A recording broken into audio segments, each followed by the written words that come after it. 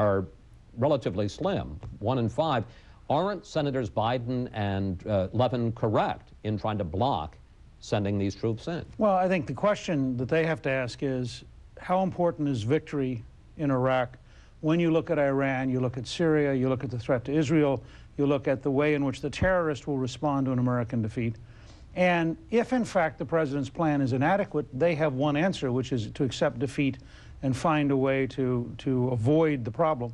I would argue that, in fact, we need to dig in and think through in a serious way, what do we have to do? And I think it would surprise most Americans to know that about 80% of what we have to do isn't about troops. It's about the absolute failure of the American bureaucracies to function. We're about 10% of the way into effective intelligence reform. We aren't even 10% of the way into reforming the State Department.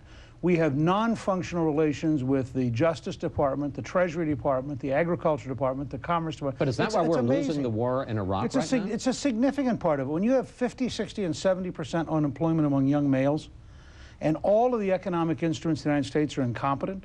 I mean, people talk about the Iraqi government being incompetent. I would argue that the non-combat components of the American system are fully as broken in their ability to deliver every day. And what General Petraeus is going to discover when he gets there is that his ability to get decisions made, to get decisions implemented, to be directly effective, is going to be stunningly limited for a country which has now been fighting this war for 4 years. Well, let me pick up on that, because one of the other things you said is that the real problem is the intensity of the decision-making in Washington, and that this president has to be, and has not so far been, commander-in-chief every day. Explain what you mean.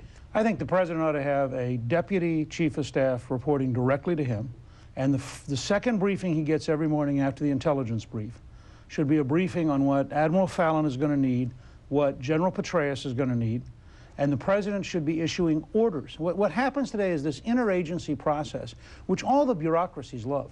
And they get in a room together, and the Secretary of State's comfortable, and the Secretary of Defense is comfortable, and the Director of National Intelligence is comfortable, and they all get together and they chat, and nothing happens. I mean, I've been studying this now inside the system, year after year, and it is startling how bad it is. And it's not new information. I first wrote on this in 1984. The system has been consistently broken. The first report I got from General Thurmond after Panama in 1990 was the interagency system is broken. The first report I got from General Hartzog after Haiti in 1994 was the interagency process is broken. Well, now what it means is, if you say to a local sheikh somewhere, I really want to help you and work with you, he's going to check it out and say, well, can this guy deliver or not? Is anything going to happen or not? And it is pathetic how bad our large non-combat bureaucracies are. I include parts of the Defense Department in that. Well, okay, but this brings me back to my point. If 46 months into this war, right, 4 years into this war, it's pathetic, it's broken. The chances for success are only 1 in 5, and you'd have no reason to believe the president's going to make change this in the course of the next year. I mean, he didn't announce any of the changes you're talking about. Don't the Democrats have a point when they say you shouldn't send 20,000 more troops in? Absolutely, they have a point. And if the Democrats are prepared to explain the cost of defeat in Iraq, what will happen to the Iranians dominating the Persian Gulf, what the threat to Israel will be if the United States looks dramatically weaker and the Iranians decide they can use nuclear weapons, and if the Democrats are prepared to argue the consequences of defeat, I'm arguing we had better restructure the American system so it works, because we're in a long-term war. I mean, we're in a war where northwest Pakistan is gradually getting worse and worse. We're in a war where the Afghan government is under pressure. We're in a war where we had somebody picked up in Illinois, an American citizen who wanted to buy hand grenades to go have his own personal jihad in a Christmas mall. I mean, people need to understand, Iraq is a campaign. It's like Guadalcanal or Sicily in the Second World War. It's a piece of a bigger story. Do you tell the president or somebody high up in the White House this?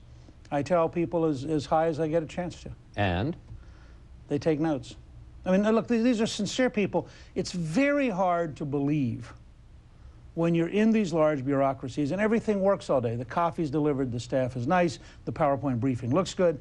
It's hard to believe how broken it is. And then when you interview majors, lieutenant colonels, colonels, generals, and you say, what didn't work? It is startling how consistent the answers are. All right, let's turn to the domestic side. You know something about winning control of the House, yes, and you know something about taking over as Speaker. How do you think Nancy Pelosi has done in her so-called first 100 hours? Listen, I wish I'd gotten the press she got. I mean, I think she has had a very good run. First of all, every Republican should respect what Nancy Pelosi and Rahm Emanuel have done. I mean, they put together a campaign team. They recruited people who are fairly centrist. They learned a big lesson out of being too far to the left. Now, whether or not they can govern this way, we'll see. But they certainly deserve a lot of respect for how they put together the '06 campaign. Second, I thought the picture of her with all of her grandchildren was just charming. I mean, why would you not think this is a nice person surrounded by her loving family? And I would say that they've had a reasonably good start. Now, they've been typically Democrat in that they had to have a tax increase as part of the first 100 hours. They have a very strange idea next week about empowering American Samoa and Guam and the Virgin Islands to equal Alaska, Wyoming, and Montana in voting in the Committee of the Whole, which I think is just will backfire a little bit on them. And there's talk that she's going to take power away from John Dingell, who's chairman of the Energy and Commerce Committee, and create a brand new committee chaired by Ed Markey so they can have a liberal enough committee.